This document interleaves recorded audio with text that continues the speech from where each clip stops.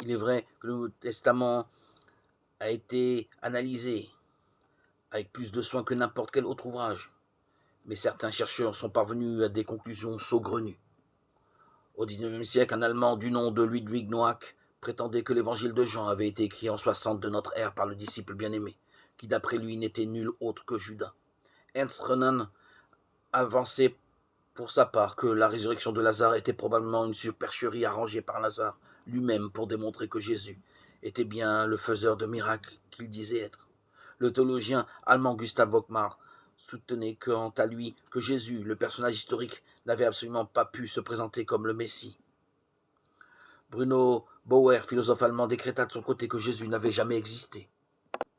Il maintenait que le christianisme primitif avait pour véritable inspirateur Philon, Sénèque et les gnostiques.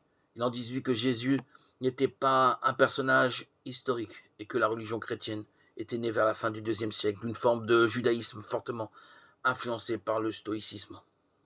Aujourd'hui, il est vrai, peu de gens adhèrent à des conceptions aussi tranchées.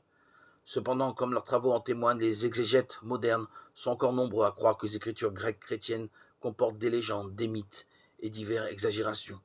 Mais en est-il bien ainsi?